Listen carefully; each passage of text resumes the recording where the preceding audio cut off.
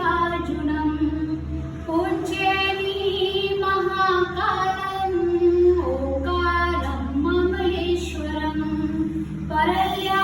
वैद्यनाथं च डाकिन्यां भीमशङ्करम् सेतुबन्धे तु रामेशं नागेशं द्वारकावने वाराणस्यातु विश्वेशं त्र्यम्बकं गौतमीतटे हिमालये तु केदारं घुष्मेशं च